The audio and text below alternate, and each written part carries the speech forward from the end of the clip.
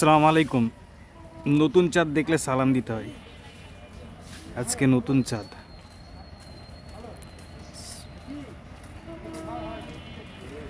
সামনে রমজান মাস আসতেছে, আমরা বেশি বেশি দোয়া করি সবাই। আল্লাহ যেন আমাদেরকে সবাইকে রমজান মাস পর্যন্ত পৌঁছায় দেয় এবং রমজানের সবগুলো রোজা সুস্থতার সাথে পালন করার তৌফিক দান করে। এই দোয়াটা আমরা সবাই বেশি বেশি করি।